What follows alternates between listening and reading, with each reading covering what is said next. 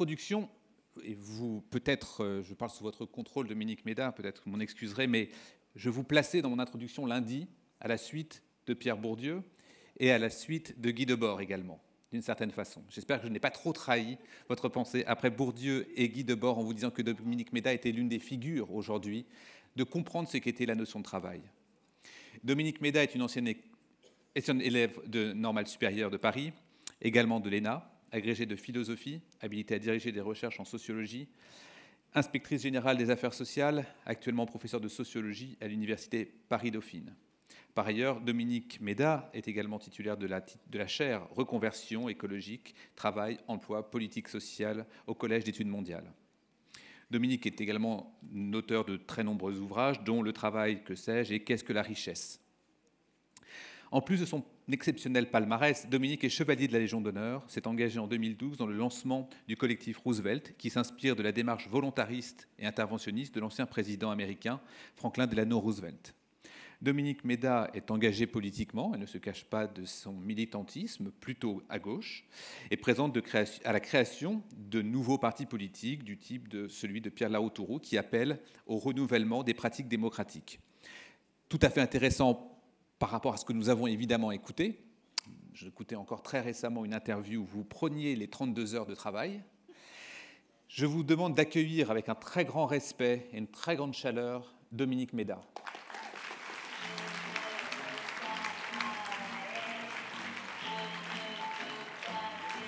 Je rentre donc droit dans le vif du sujet pour vous rappeler que ces dernières années, j'ai fait un PowerPoint dans lequel je marque beaucoup de choses, comme ça, ceux qui ne veulent pas écouter ou dormir, enfin, voilà. Parce que aussi, je veux vous montrer un certain nombre de graphiques. Donc, ces dernières années, comme ça ne vous a pas échappé, il y a eu un très grand retour de la question du travail dans le débat public, même si on n'a néanmoins, me semble-t-il, pas posé cette question. On n'en a pas fait un objet de débat public, mais elle est apparue à travers la thématique du harcèlement au travail, des suicides au travail. Ça s'est un petit peu calmé pour l'instant, mais vous vous souvenez qu'il y a eu un moment où c'était tout de même extrêmement médiatisé. La montée de la thématique des risques psychosociaux, et puis bien sûr un lourd débat pendant les 2 dernières campagnes présidentielles, notamment celle de 2007 et celle de 2012, autour de l'idée qu'il y aurait une dégradation de la valeur travail. Cette valeur travail aurait donc été dégradée. Il faudrait la réhabiliter, c'est le terme qu'on trouve le plus souvent dans les débats publics, retrouver donc le vrai sens du travail. Mais derrière cette idée, il y a des courants différents, des optiques différentes, des perspectives différentes. Pour les uns, cette dégradation viendrait d'une appétence particulière des Français pour le loisir, qui se marque par les pré-retraites. Alors, il y en a beaucoup moins en ce moment, mais il y a eu une époque où il y avait beaucoup de pré-retraite en France, les 35 heures bien sûr, beaucoup d'assistance qu'on appelle maintenant assistanat, mais aussi dans ce discours l'idée qu'il y aurait un faible attachement des jeunes au travail et que les jeunes seraient devenus paresseux, individualistes, nomades. Alors évidemment, là, on n'est pas très bien placé pour discuter de ça ensemble, mais néanmoins, voilà, il y a cette idée assez présente dans les discours. Et puis, pour d'autres courants de pensée, cette dégradation de la valeur travail, elle s'appuie plutôt sur l'idée que les conditions de travail se sont dégradées et qu'il y a un déséquilibre entre le capital et le travail, avec cette idée que la part des salaires dans la valeur ajoutée aurait diminué.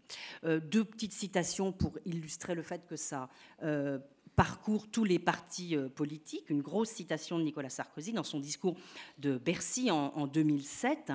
Vous voyez, au fond, cette gauche qui a renoncé au mérite et à l'effort et qui a cessé de parler aux travailleurs, eh bien, en fait, elle ne parle plus des travailleurs parce qu'elle rejette la valeur travail.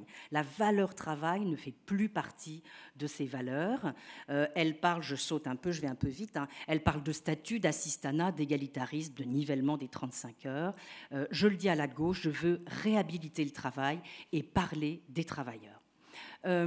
Plus récemment, le 14 décembre dernier, Manuel Valls, plus court, je veux faire sortir ce pays de cette accoutumance au chômage, cette idée que on aurait fini par s'habituer au très haut taux de chômage que nous connaissons. Je veux que la valeur travail soit partagée par tous. Alors, je voudrais, dans cette petite heure que nous avons ensemble, traiter 4 points, ou du moins faire 4 coups de projecteur. Un premier, revenir sur une histoire très longue du travail, un peu simplifié, et puis un peu à ma sauce surtout, et qui est tout à fait discutable. Comment on est passé en gros du trépalium ou du tripalium au travail épanouissement. Vous racontez, alors ça c'est plutôt la première partie, c'est plutôt à travers des lectures philosophiques. La deuxième partie, c'est plutôt à travers des enquêtes. J'ai fait beaucoup d'enquêtes, j'ai participé à des programmes de recherche européens sur le rapport au travail des Européens. Donc essayer de vous raconter un peu quelles sont les attentes qui sont aujourd'hui posées sur le travail, montrer comment ces attentes sont peu satisfaites, notamment en France, et puis m'interroger, ça rejoindra peut-être plus si j'ai bien compris, votre réflexion actuelle sur le travail en 2035. Quels sont les scénarios susceptibles de permettre la réalisation de ces attentes? Est-ce qu'on pourrait, après tout, satisfaire les immenses attentes qui pèsent aujourd'hui sur le travail? Alors, premièrement, une histoire longue du travail. Ma thèse, depuis assez longtemps, ce n'est pas très original, c'est que notre concept de travail est historique. C'est-à-dire qu'on n'a pas eu la même idée du travail à travers les siècles. Et même, vous le verrez, dans les sociétés primitives ou dans la Grèce classique, il n'y a pas de notion véritable de travail. Et notre concept actuel de travail, il est en quelque sorte comme un millefeuille constitué de couches de signification qui sont installées les unes sur les autres, d'ailleurs sans que jamais elles soient vraiment retraitées. Donc, elles sont relativement contradictoires. Donc, modernité, notre concept actuel de travail, avec cette très belle phrase de Jean-Pierre Vernant, le spécialiste de l'Antiquité grecque, de même qu'on n'a pas le droit d'appliquer au monde grec les catégories économiques du capitalisme moderne, on ne peut projeter sur l'homme de la cité ancienne la fonction psychologique du travail telle qu'elle est aujourd'hui dessinée. Donc, ça n'a rien à voir. On est dans des univers radicalement différents. Alors, pour aller très vite sur cette histoire longue du travail, il me semble qu'avant le XVIIIe siècle, on ne peut pas parler. Il n'y a pas vraiment de rapport entre la vague idée du travail qui peut exister et notre concept moderne de travail. Il me semble que notre concept moderne de travail, il se construit vraiment à partir du XVIIIe siècle. Allusion à un texte de Marie-Noëlle Chamou, une anthropologue, qui nous dit que dans les sociétés primitives, c'est impossible de trouver une signification identique au terme de travail employé par les différentes sociétés, certaines n'ayant même pas de mots distincts pour distinguer les activités productives des autres comportements, et donc pas de notion qui synthétiserait l'idée de travail en général. Vernant toujours, on trouve en Grèce des métiers, des activités, des tâches, on chercherait en vain le travail. Il n'y a pas cette grande notion. Et puis, alors là, maintenant, je vais faire un saut très, très rapide à travers le Moyen-Âge. Saint-Augustin, très important, avec la notion d'opus. On commence à utiliser le même terme, opus, œuvre, à la fois pour l'œuvre divine, la création, et l'œuvre humaine. Ensuite, saint Thomas, avec l'idée que...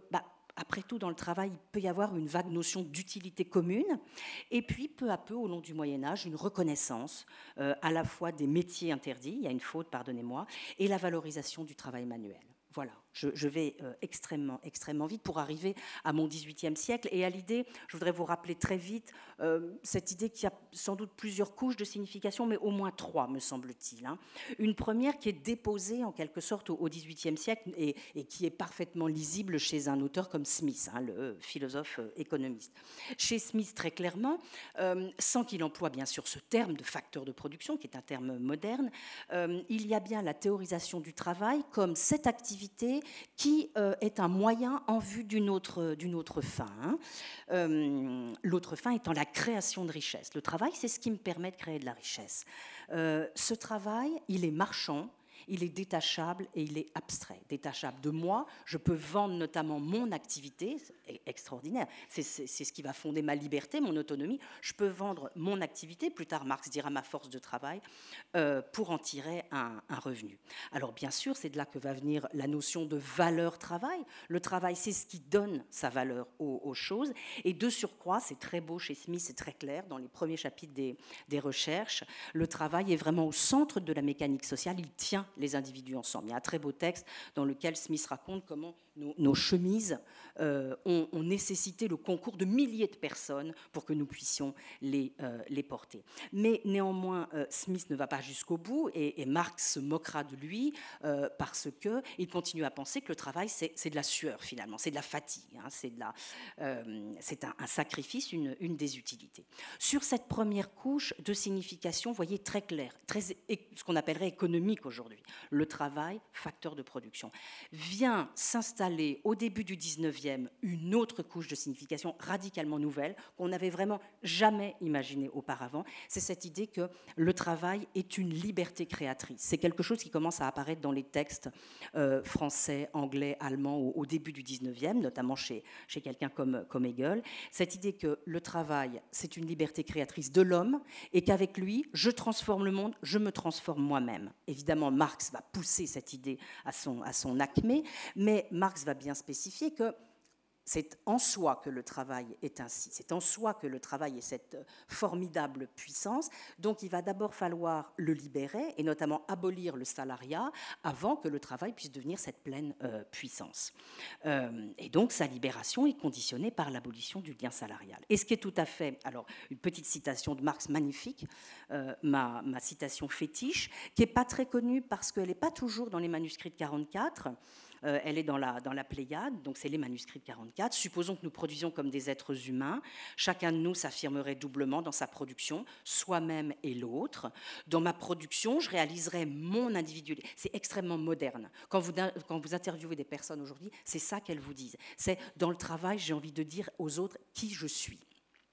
J'éprouverai en travaillant la jouissance d'une manifestation individuelle de ma vie. Vous voyez, j'ai souligné, il parle de joie, j'aurai la joie de reconnaître ma personnalité. Et puis je vais tout en bas parce qu'on est quand même un peu pressé. Nos productions seraient autant de miroirs où nos êtres rayonneraient l'un vers l'autre. Donc vous voyez, le jour où on produira comme des êtres humains, alors le travail, ça sera plus une aliénation, ça sera juste une manière de montrer aux autres qui je suis. Et d'une certaine manière, la façon la plus efficace de communiquer entre nous et de dire vraiment aux autres qui nous sommes. Et puis à la fin du 19e siècle, il me semble que quelque chose de radicalement nouveau encore s'installe. J'ai appelé ça, c'est un petit peu vilain, mais le travail pivot de la distribution des revenus, des droits et des protections, c'est l'installation de la société salariale. Et il se passe, d'une certaine manière, le contraire de ce que Marx avait réclamé. C'est-à-dire qu'au lieu d'abolir le salariat, ce qui aurait permis de renouer avec le travail en soi, eh bien, au contraire, on va installer des droits, des protections sur le lien salarial. Exactement le contraire. C'est-à-dire que tout ce qui va constituer la société salariale, le droit du travail, le droit de la protection sociale, vont s'installer sur le canal du lien salarial, et en même temps, comme Castel l'a bien montré, la condition salariale va devenir ce qu'il y a de plus désirable. Cette société salariale, elle va mettre au cœur de son processus l'emploi, et quelqu'un comme Habermas remarquera, vous voyez, il n'y a pas très longtemps, en 90, qu'il y a quand même un problème. C'est-à-dire que le travail est apprécié non pas nécessairement pour le plaisir qu'il donne en tant qu'activité, mais pour les droits auxquels il donne accès et pour les revenus auxquels il ouvre et qui permettent le processus de consommation. Donc on ne sait plus très bien pourquoi on apprécie le travail. Et donc, j'en ai quasiment fini pour ce premier point, hein. Notre concept moderne de travail, il est bien constitué de ces trois couches de signification. Il est en même temps un facteur de production, il est l'essence de l'homme ou de la femme, l'essence de l'humain, on va dire, et le système de distribution des revenus, des droits, des places et des protections. Et vous le voyez tout de suite, hein, ces trois dimensions, elles sont contradictoires entre elles. Parce que, évidemment, si le travail est un facteur de production, ce qui compte, c'est la production, c'est la création de richesse, c'est pas l'activité de travail. Mais si le travail est l'essence de l'homme, ce qui compte, c'est cette activité elle-même et ce qu'elle produit sur les personnes qui l'exercent.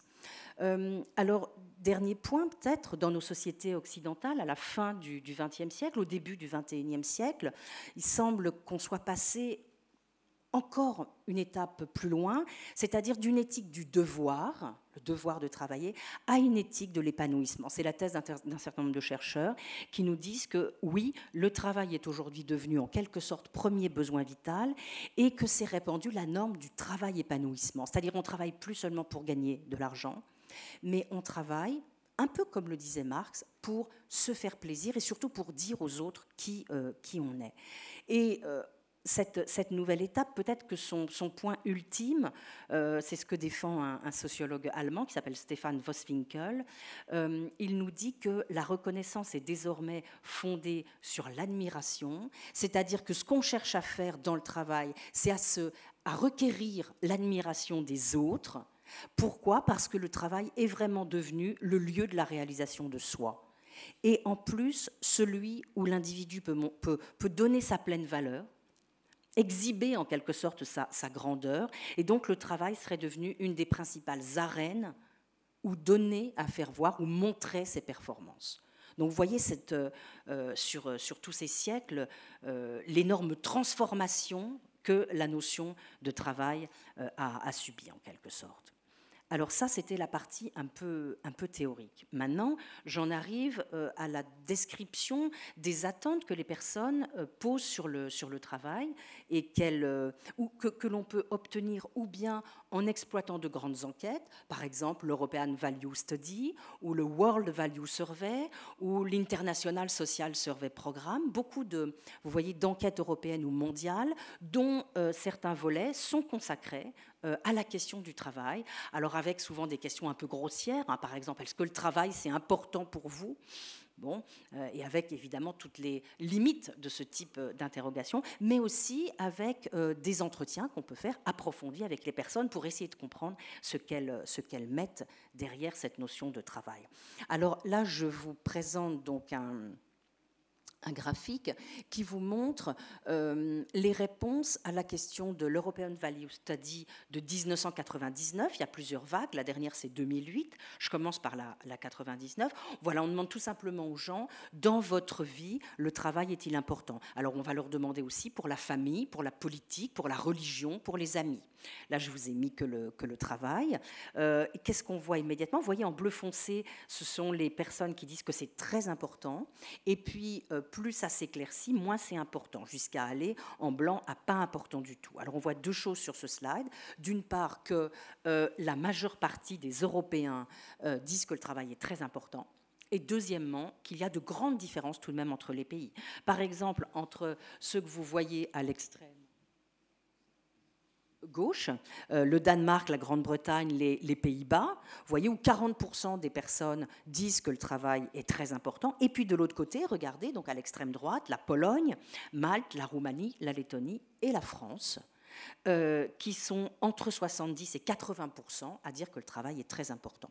Donc tout de suite, l'attention est attirée pour ceux d'entre nous qui sont français, sur la position assez curieuse de la France, qui est, vous voyez, très proche de pays, après tout, qui ne nous ressemblent pas beaucoup, la Lettonie, la Roumanie. Alors derrière, il y a la Belgique, bien sûr. Mais voilà, on peut se demander pourquoi il y a cette position particulière de la France.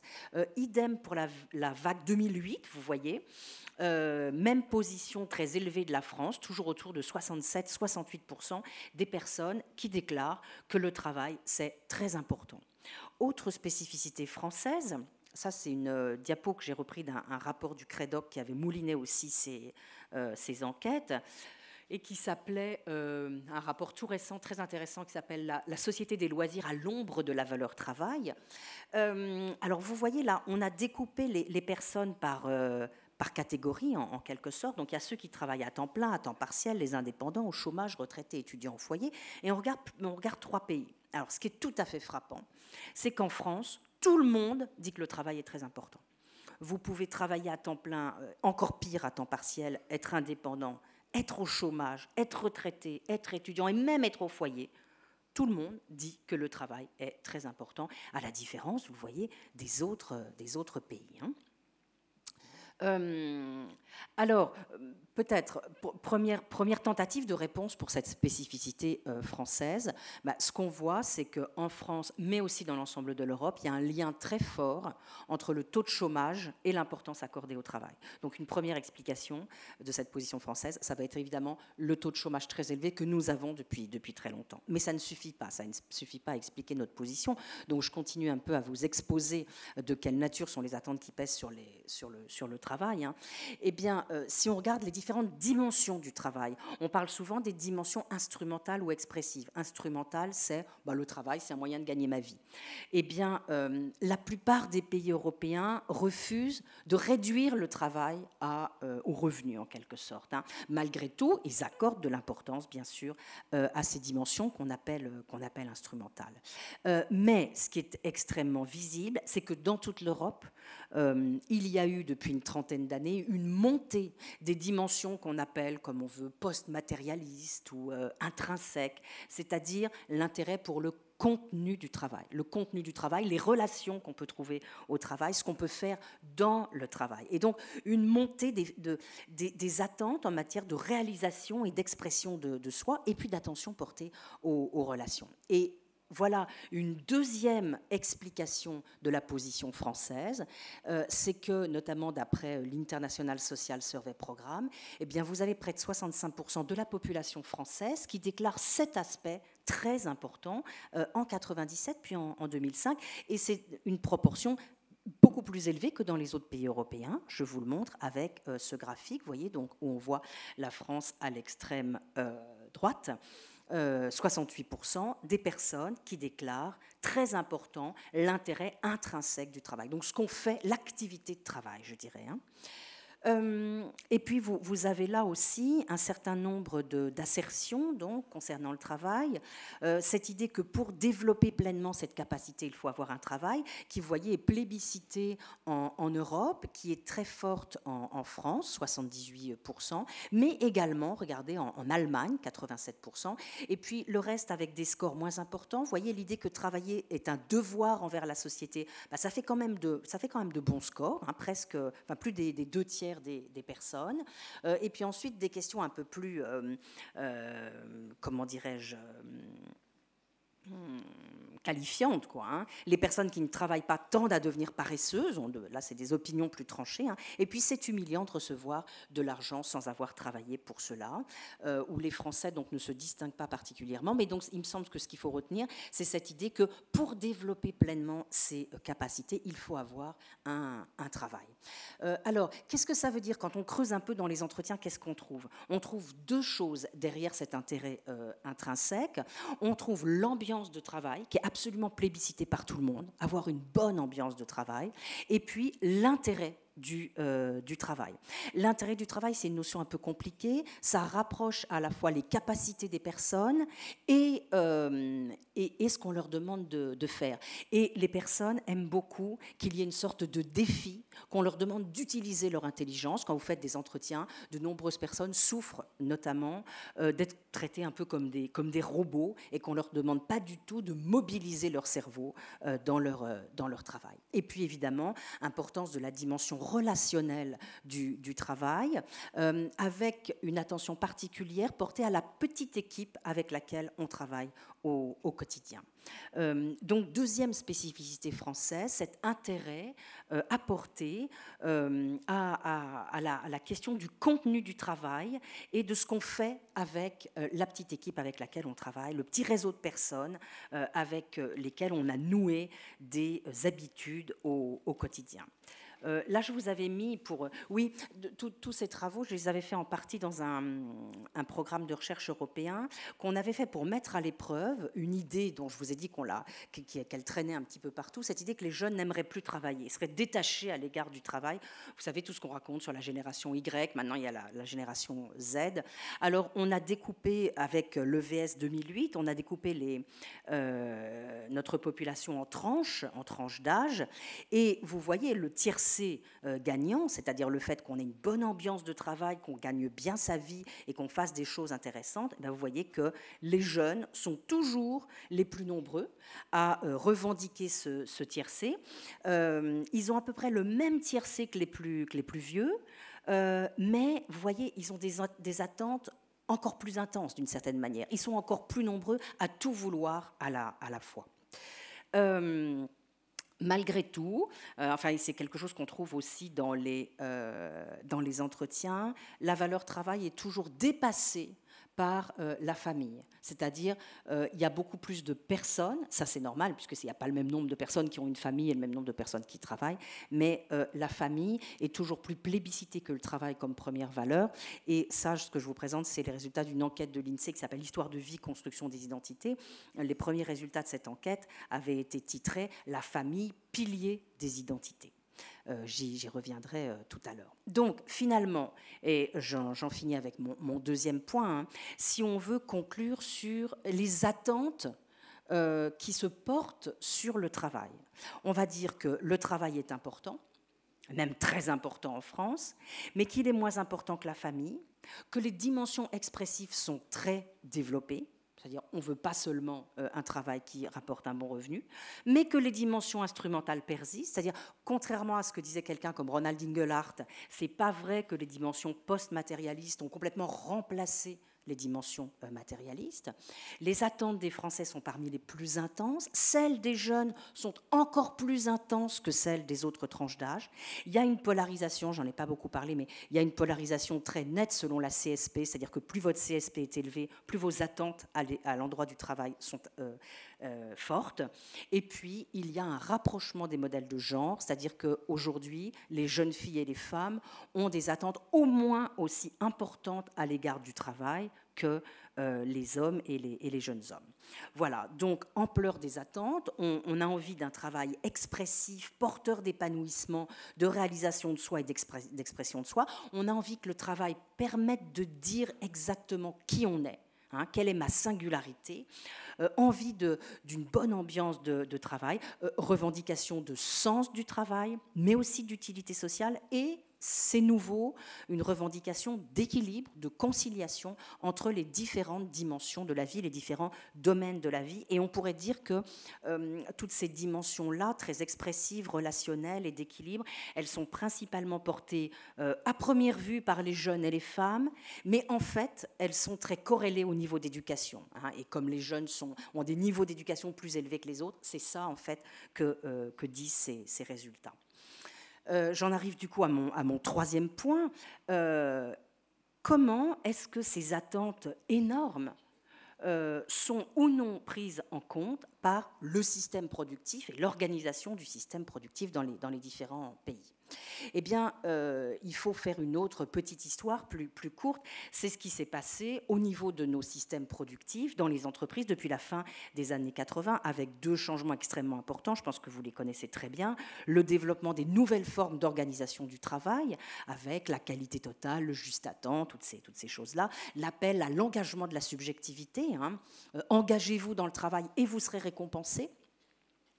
La volonté de susciter l'initiative, la responsabilité et finalement l'exaltation de la performance individuelle avec la mise en œuvre du dispositif qui y incite. Hein, vous savez, la rémunération à la performance et tous ces dispositifs-là. Donc ça veut dire une congruence possible tout de même entre les attentes individuelles qui sont qu'en effet, dans le travail, je puisse me montrer mes performances en tant qu'individu, et puis les promesses faites par les entreprises dans le cadre du post-taylorisme. Donc, premier changement.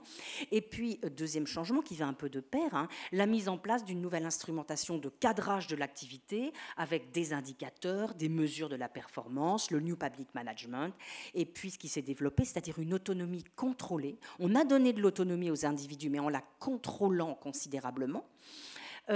Beaucoup de reporting, d'évaluation individuelle des performances, de management participatif, vous connaissez ça par cœur. Dans un contexte d'augmentation du chômage, de durcissement des contraintes issues de la mondialisation et de renforcement de la compétition, des délocalisations des productions sales et indécentes, et puis dans un contexte aussi de diffusion des prescriptions des organisations internationales très nouvelles par rapport à la déclaration de Philadelphie. Je vous rappelle, la déclaration de Philadelphie 1944, c'est cette idée que le travail n'est pas une marchandise et que si on veut une paix durable, il faut de la justice sociale, et que la justice sociale risque toujours d'être abîmée en quelque sorte par de mauvaises conditions de travail.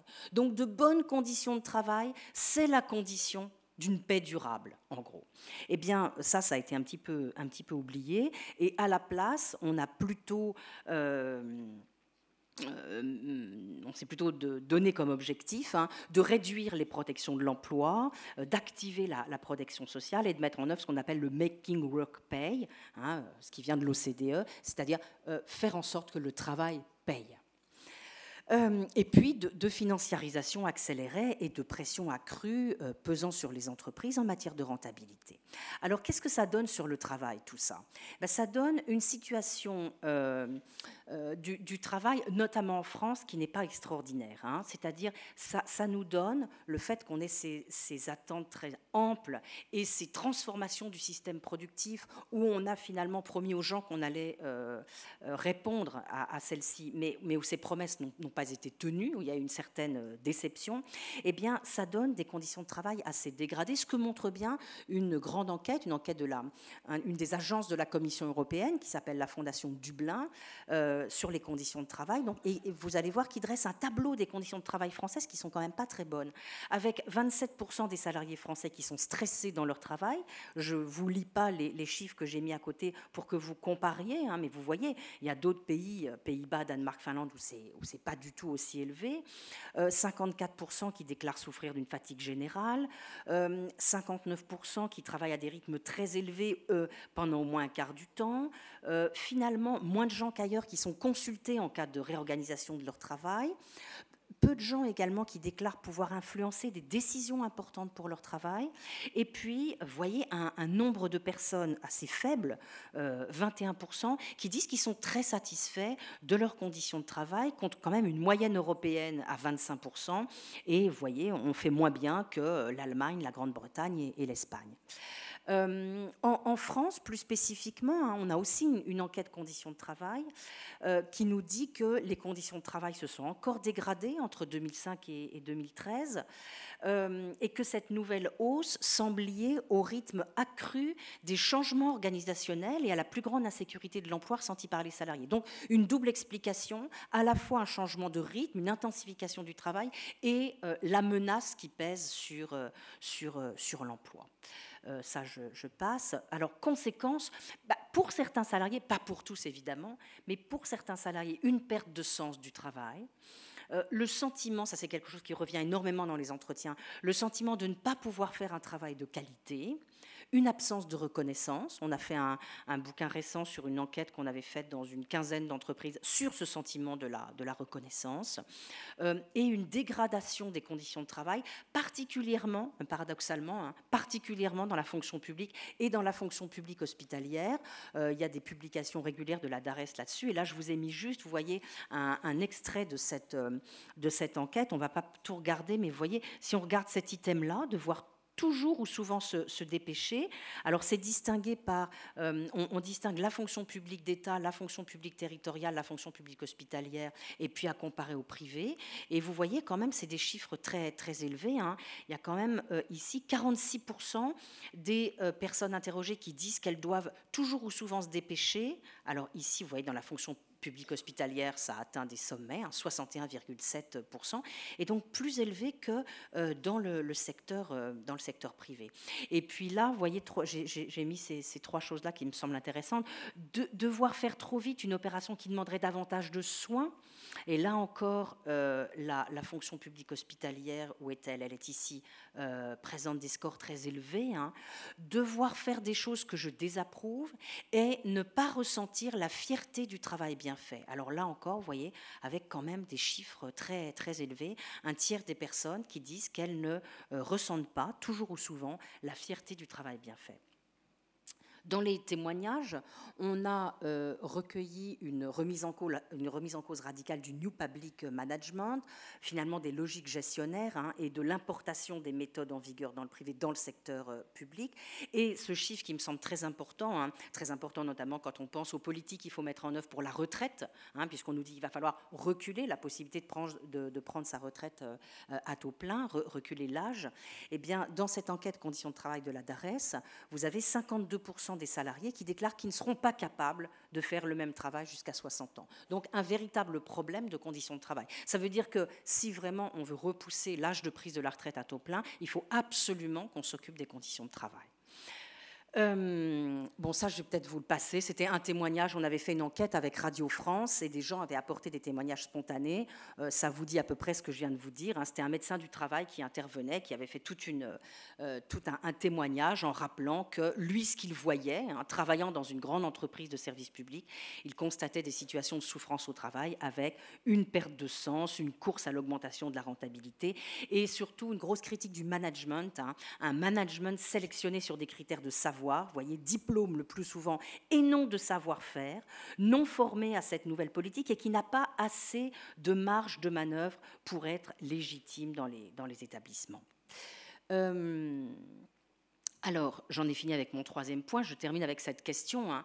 Est-ce qu'il faut et est-ce qu'il est possible finalement de satisfaire ces immenses attentes qui se portent aujourd'hui sur le travail? Après tout, on pourrait se dire que ces attentes sont trop importantes et qu'il faut être complètement fou pour attendre du travail à la fois un bon revenu, des occasions de s'amuser, de se réaliser, de dire aux autres exactement qui on est, etc. Peut-être qu'on en attend trop du travail. Donc, est-ce qu'il faut et est-ce qu'il est possible de mettre finalement la qualité du travail, le travail décent et le travail épanouissant au cœur des préoccupations de la France et de l'Europe? Donc, finalement, est-ce qu'il est possible ou non de satisfaire les immenses attentes qui portent sur le travail et à quelles conditions? Donc, c'est l'objet de mon quatrième et dernier point. Sur quelle base pourrait-on réinventer le travail? Alors, j'ai eu envie de vous proposer trois scénarios qui me semblent plus ou moins envisageables, mais qui nous donnent un peu de la matière à discussion. Et bien sûr, là encore, j'ai simplifié, j'ai dû oublier des choses. Mais il me semble qu'il y a un premier scénario qui est très en vogue en ce moment et qui admet de nombreuses variantes. Ce scénario, il part des évolutions du système productif que je vous ai raconté tout à l'heure, et il semble de surcroît susceptible de satisfaire les attentes individuelles. De quoi est-il composé? De l'idée que le travail va être considérablement automatisé dans les années qui viennent, que l'emploi va se réduire considérablement, qu'il va y avoir un changement dans la nature même du travail, qu'on va sortir du salariat et qu'on va avoir beaucoup plus de développement d'entreprises de soi et d'informalité. Je rentre dans le détail de ce scénario. C'est un scénario que je construis à partir de la lecture de plusieurs ouvrages, dont trois me semblent très, très importants. L'un qui a été publié par The Aspen Institute en 2011, qui s'appelle tout simplement The Future of Work. C'est, peut-être vous l'avez lu d'ailleurs, c'est en fait une série de témoignages de consultants et de dirigeants de grandes entreprises, notamment américaines, qui disent, à leur avis, ce qu'il va advenir du travail. Ensuite, c'est un texte, ensuite il y a eu plusieurs livres de deux Américains du MIT, Race Against the Machine, la course contre la machine, comment la révolution digitale accélère tout ça. Et puis un texte qui a été cité en boucle dans le monde entier de Frey et Osborne, The Future of Employment, qui nous dit en gros, le texte de 2013, que 47% des emplois américains vont disparaître dans les 10 ou 20 ans sous le coup de l'automatisation.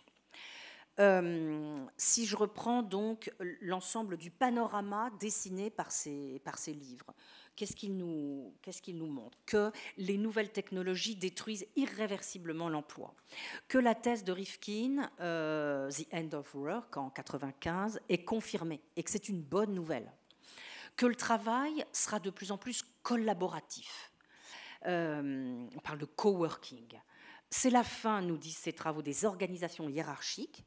Et maintenant, la création de valeur va se faire de plus en plus, vous connaissez par cœur ces discours, au sein de plateformes où les consommateurs vont construire le produit, le coworking, le crowdsourcing.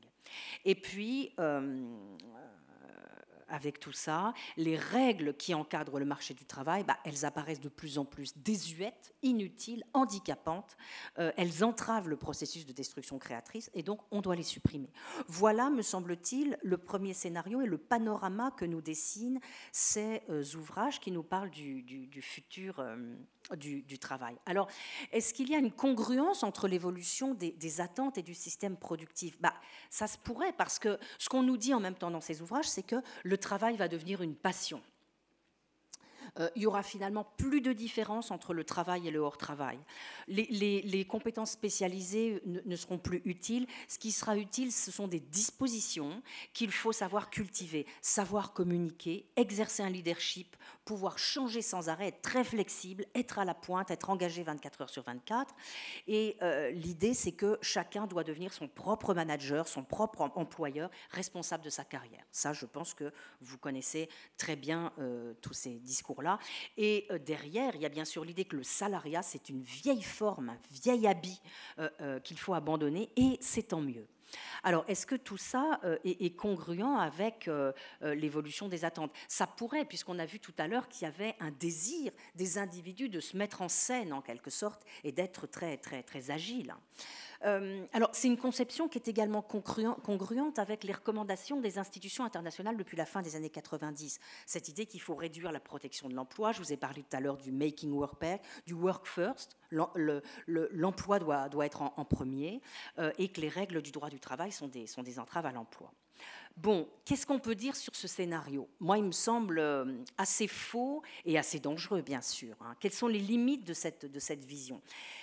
Ça repose sur une vision très automatisée et dématérialisée de la production, alors que la consommation de matière dans le monde n'a jamais été aussi élevée. Il me semble que ça repose aussi sur un retour de la vision enchantée de la nouvelle économie. On a tout à fait le même discours que dans les années 90. La nouvelle économie allait tout changer. Aujourd'hui, c'est la révolution technologique et des formidables gains de productivité qu'elle doit apporter. Alors quand même que le travail aujourd'hui, vous en conviendrez, est encore largement matériel, humain, taylorien et hiérarchique. Alors vous allez me dire, peut-être qu'en 10 ou 20 ans, ça peut changer.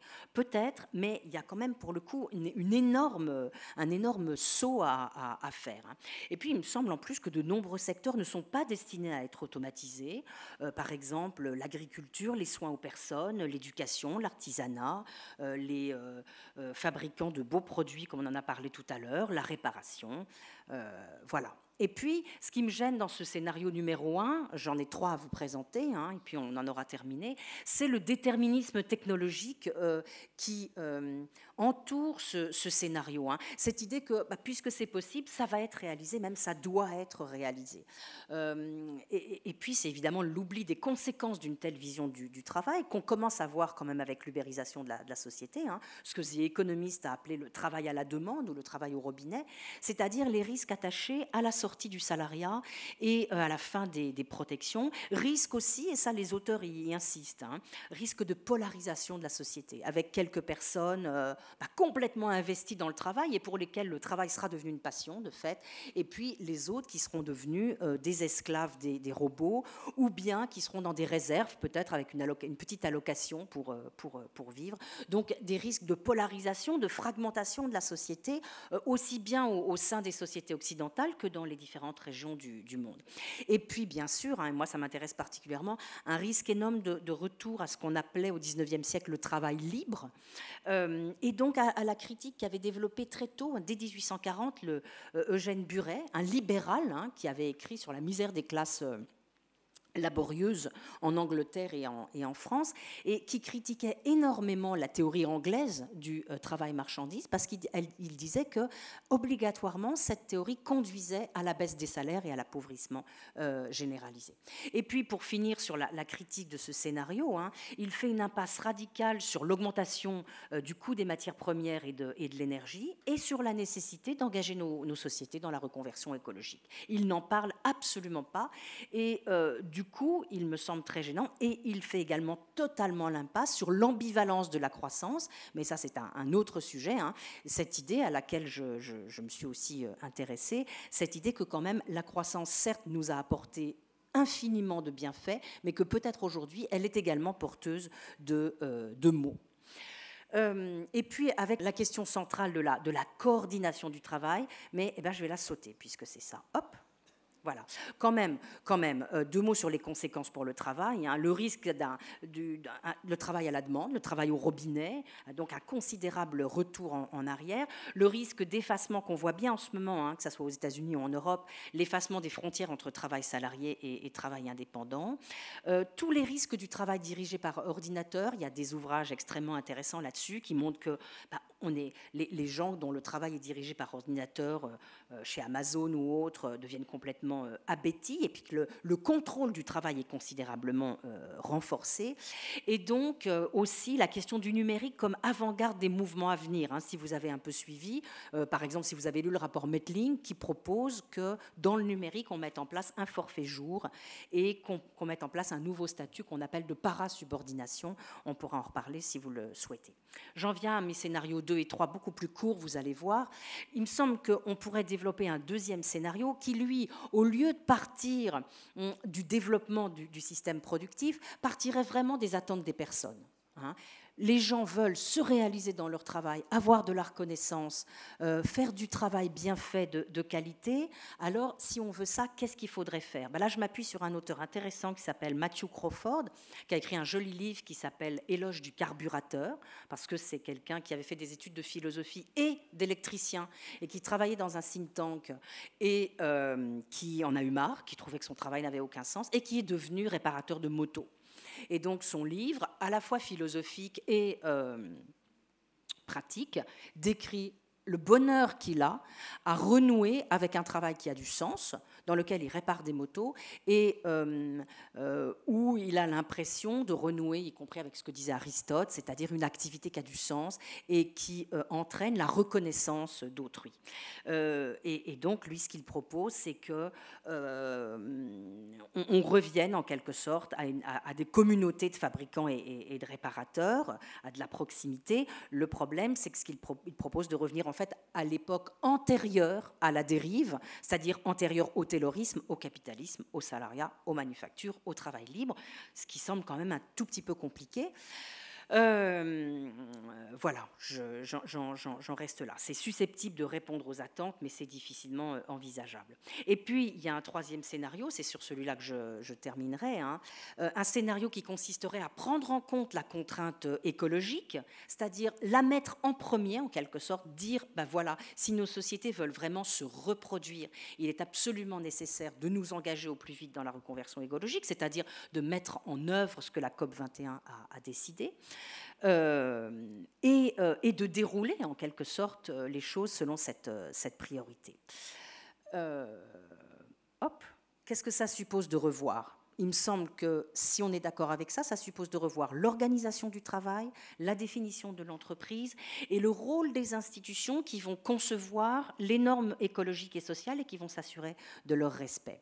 Là, je vais aller très vite. Revoir l'organisation du travail, une enquête très intéressante qui nous montre qu'en gros, on a des types d'organisation du travail très différents dans les pays du Nord et dans les autres pays continentaux, et que ça tient à l'organisation du travail. Il y a des pays qui, dès aujourd'hui, savent donner plus de prise sur la décision et de prise sur leur travail aux personnes, notamment dans les pays du Nord, et avec quoi est-ce que c'est corrélé ? Ces organisations qui donnent une bonne qualité du travail, c'est corrélé principalement, nous disent ces auteurs, avec la force des syndicats. Ça nous fait un peu réfléchir. Changer la définition de l'entreprise. Là, je fais allusion à tous ces travaux de chercheurs gestionnaires, Segrestin, Hatchuel, Ferreras, Robé, des juristes, des philosophes, qui nous disent qu'aujourd'hui, il faut rompre avec ce que disait Milton Friedman, c'est-à-dire le fait que l'entreprise est faite uniquement pour faire du profit, avec la théorie de l'agence, de la valeur pour l'actionnaire, etc. Notamment, je fais allusion aux travaux du juriste Robé, hein, qui nous dit que ni la conception options de l'entreprise somme de contrat, ni celles de l'entreprise communauté ne sont satisfaisantes et que rien dans le monde d'aujourd'hui ne vient garantir que l'effet agrégé des choix des entreprises soit en conformité avec l'intérêt général.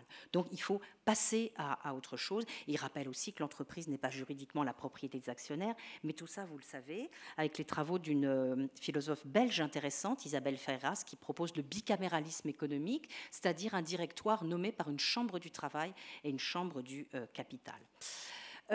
Et puis pour finir, je termine sur l'idée peut-être la plus provocante aujourd'hui dans la société française, partager le travail et le désintensifier, substituer au partage actuel du travail sauvage un partage civilisé. Qu'est-ce que je veux dire? Vous savez qu'il y a des tas d'économistes qui nous disent que le partage du travail c'est très vilain, parce que le travail ça ne se partage pas, et puis que c'est très dangereux de partager le travail. Or, si vous avez un peu regardé les courbes, vous savez que le travail, à tout instant, il est partagé. À tout instant, le volume de travail est partagé entre les individus. Simplement, il y a des gens qui ont 0, d'autres qui ont des petits temps partiels extrêmement courts et mal payés, et d'autres qui ont des temps complets.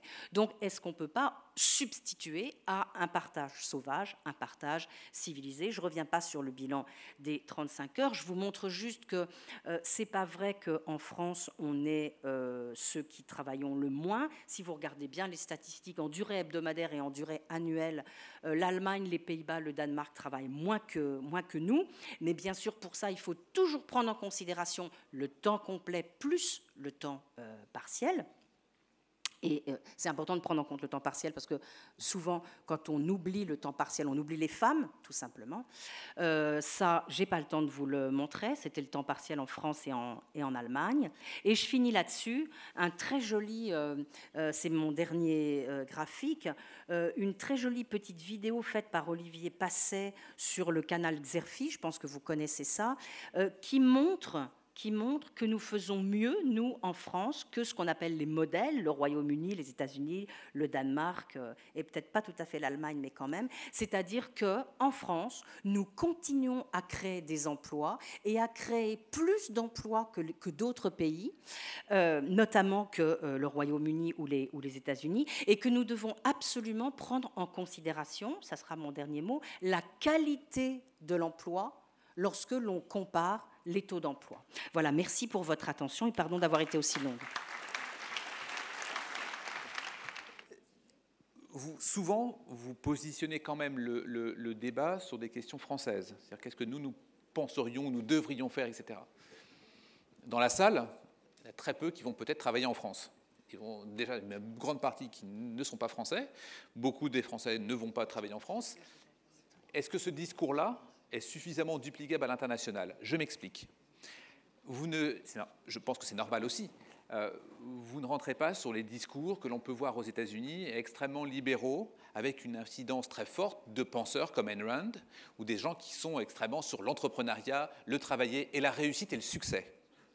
Et il faut vous le dire, effectivement, ça s'est passé juste avant vous dans la conférence, où il était complètement dans cette démarche-là, en disant « je ne travaille pas pour faire 35 heures, je travaille parce que j'aime ça, et qu'on ne m'embête pas avec les règles, qu'on ne m'embête pas avec tout ça, et tant pis si je suis à la marge de tout ça ».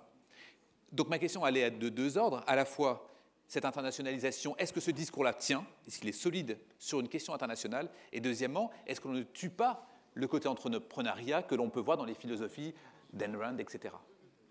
Alors j'ai envie de vous répondre que moi, ma préférence irait à un mix du scénario 2 et 3, c'est-à-dire un travail qui à la fois permettrait en effet, et y compris dans l'entrepreneuriat, j'ai été trop caricatural en disant, en gros, en défendant le salariat contre l'entrepreneuriat. Mais j'ai rien contre l'entrepreneuriat. Ce que je critique, c'est plutôt toutes ces nouvelles formes comme l'auto-entrepreneuriat qui sont extrêmement dommageables pour la qualité du travail.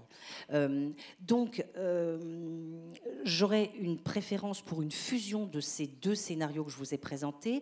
Un scénario où vraiment on met la qualité du travail au centre de la réflexion. C'est-à-dire, on arrête de penser que le travail, c'est juste une variable dans une équation et que travail égale coût du travail ou égale règle pesant sur le travail. On se souvient que ce sont des gens, des personnes qui travaillent. Et ma deuxième réponse, c'est que, alors bien sûr, je parle à partir du point de vue français, mais parce qu'il me semble que quand même en France, on a tendance aujourd'hui à vouloir jeter notre héritage, hein, tous ces gens qui nous disent que la sécurité sociale, 45, le Conseil national de la résistance, tout ça, c'est des vieux machins qu'il faut les jeter pour affronter la globalisation, la modernité. Mais moi, j'ai tendance à penser que dans ce modèle qu'on a construit en 45, ou dans ce qui a été construit aussi en Allemagne après, pendant les 30 Glorieuses, il y a beaucoup de choses qui étaient bonnes. Et je crois notamment, parce que j'ai beaucoup étudié l'histoire du salariat, que ce qui s'est construit à partir du milieu du 19e siècle jusqu'à aujourd'hui, donc on a mis un siècle à construire, c'est extrêmement précieux, et que la très forte critique de la règle qu'on entend aujourd'hui, hein, toutes ces règles, finalement ce ne serait que des entraves, c'est fondamentalement ça que je remets en cause. Je pense qu'il nous faut des règles. Alors certes, il ne faut pas des règles qui entravent les personnes, les entreprises, mais que les règles sont absolument nécessaires, et elles sont nécessaires notamment pour permettre que la compétition se fasse dans une relative égalité. Merci. Nous avons une question là-bas. Oui, bonjour. Tout d'abord, merci pour... Merci pour votre conférence. J'ai une question par rapport à l'instauration, on en parle souvent en ce moment, par exemple en Finlande, de l'instauration du revenu de base. Et j'aimerais savoir ce que vous en pensez et quel impact ça a sur la valeur travail, justement. Merci. Alors moi, je suis assez réservée sur cette idée de revenu de base parce que, je suis évidemment en accord avec l'idée très généreuse qu'il y a un héritage. On hérite tous des progrès qu'ont permis nos ascendants. L'idée de productivité individuelle est idiote. Et donc, finalement, tout se passe comme si on avait une créance sur la société en naissant.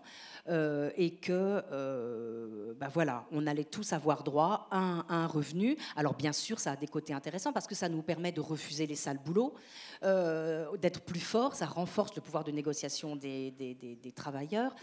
Mais en même temps, moi, ma grande crainte, c'est qu'on se donne bonne conscience avec ça. C'est-à-dire que on décide en effet qu'on va donner une petite allocation aux personnes et que ça devienne une sorte de réserve de handicapés sociaux. Et libre aux autres, aux performants, eux, d'être sur le marché du travail, de travailler et d'avoir accès aux bons postes, aux bons revenus, etc. Et donc, je préfère à cette solution l'autre branche de l'alternative, en quelque sorte, hein, et qui est le partage du travail. C'est-à-dire essayer à tout instant, et c'est très très très difficile, de partager le volume de travail disponible. Bon et mauvais, je dirais. Alors, en faisant mieux que ce qu'on a fait en 98, parce qu'en 98, par exemple, on n'a pas accompagné tout ça de formation, et c'est vrai que vous ne pouvez pas faire rentrer des gens qui sont au chômage depuis 3 ans dans n'importe quel emploi. Donc je pense que c'est une énorme ingénierie à mettre en place. Mais je crois que sinon, on risque d'aller vers une polarisation extrêmement profonde de nos sociétés qui ne peut mener qu'à des catastrophes. Et une exception qu'on a en France, qui est le régime des intermittents. Est-ce que ce régime, il ne pourrait pas être justement généralisé, alors qu'on le monte du doigt en disant justement les intermittents, il faut le casser. Le régime des intermittents, c'est qu'on fait un certain nombre d'heures, 507 ou 510 heures, et on a le revenu de travail. Ce qui permet du temps aussi pour réfléchir, pour travailler. Quand on fait de la création, on a besoin de ce temps-là. Est-ce que ce régime, il ne pourrait pas être généralisé selon vous ? C'est la thèse de Stigler, par exemple, ou d'autres personnes en ce moment. Alors, en général, ils lisent ça à l'idée que l'automatisation va détruire tous les emplois. Donc, l'idée, c'est, Jorion dit ça aussi, tous les emplois vont disparaître très, très, très, très, très vite. Donc, il faut répartir en quelque sorte la richesse. Et le régime des intermittents, c'est un bon exemple. Alors, que vous répondre ? Moi, je trouve que toutes les solutions qui permettent de délier considérablement la prestation de travail individuelle et la rémunération qui en est retirée sont intéressantes. Et toutes les propositions qui permettent aussi de redonner du temps, en quelque sorte, de ne pas c'est l'essence du capitalisme, hein, d'essayer, enfin du salariat aussi, d'essayer de payer le moins possible ou de ne payer que le temps qui est réalisé. Par exemple, la proposition de Mettling sur le forfait jour, ça consiste en effet à faire travailler les gens beaucoup en les payant le moins possible. On essaye de réduire la rémunération au temps considéré comme productif. Quoi. Donc tout ce qui peut aller dans ce sens me semble en effet intéressant. Maintenant, moi j'ai longtemps travaillé au ministère du Travail, à la DARES justement, et je me souviens que Pierre-Michel Minguer, il y a 20 ans, était venu présenter ses travaux sur le régime des intermittents et avait laissé entendre qu'on pourrait l'étendre à la société entière. Je me souviens que le directeur de la DARES était fou en disant mais ce serait épouvantable, parce que pour des gestionnaires sérieux, ça paraît en effet un peu fou, quoi. Ce serait épouvantable d'étendre ce régime à l'ensemble de la population, parce que vous savez qu'il y a un certain nombre de personnes qui considèrent, à tort d'ailleurs, hein, que ce régime ce sont des charges indues pour les autres salariés. Comme les deux autres questions, je voudrais revenir sur la question du salaire à vie. Vous y répondez par l'idée au contraire, du revenu de base. Okay. Et justement, je voulais venir à l'idée de salaire à vie, puisque en fait, vous répondez à l'idée de revenu de base par la question du volume de travail disponible. Et je voulais savoir si dans cette idée que je trouve un peu abstraite que vous considérez, vous incluez par exemple le travail domestique et le travail à la maison. Et dans ce cas-là, si l'idée d'un salaire à vie, c'est-à-dire justement de rémunérer, plutôt que de donner un revenu de base, mais de rémunérer des choses qui ne sont pas considérées dans le PIB en ce moment, enfin, ce que vous pensez de cette idée de Bernard Fier notamment. Merci pour cette question. Alors, dans mon idée de partage du volume du travail, j'inclus pas du tout le travail domestique ou le travail bénévole. Et il me semble qu'il faut faire très attention. Et ça représente une des explications de mon opposition à cette affaire de revenu de base. Parce qu'il y a une vingtaine d'années, je crois que c'était une vingtaine d'années, oui, cette idée de revenu de base avait été lancée par Van Parijs, un philosophe belge, et on avait regardé d'assez près sa proposition, et on s'apercevait ce qui restait finalement, parce que lui proposait, alors vous savez qu'il y a différentes variantes, on remplace toutes les prestations de la sécurité sociale, puis ça donne plus qu'une seule allocation ou pas. Mais peu importe, dans le système proposé par Van Parijs, finalement on récupérait par l'impôt une partie des sommes distribuées, et finalement ceux qui gardaient complètement la somme, c'était les étudiants. Alors ça c'est bien, c'est intéressant, il faut s'intéresser au cas des étudiants, et les femmes au foyer. Donc c'était une manière détournée de donner un salaire maternel en fait. Et évidemment, moi je suis en faveur du partage du travail, et une des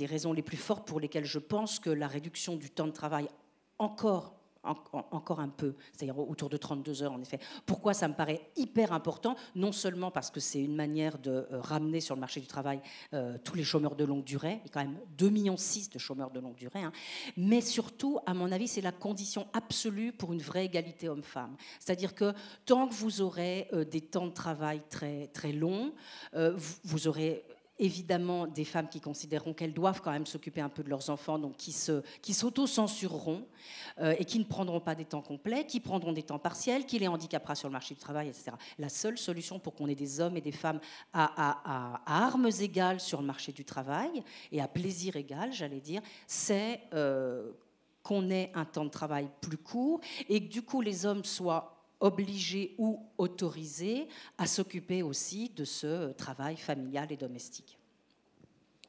Merci. C'est un grand honneur de vous recevoir à l'ESSEC, Dominique Méda. Merci infiniment. Merci à vous.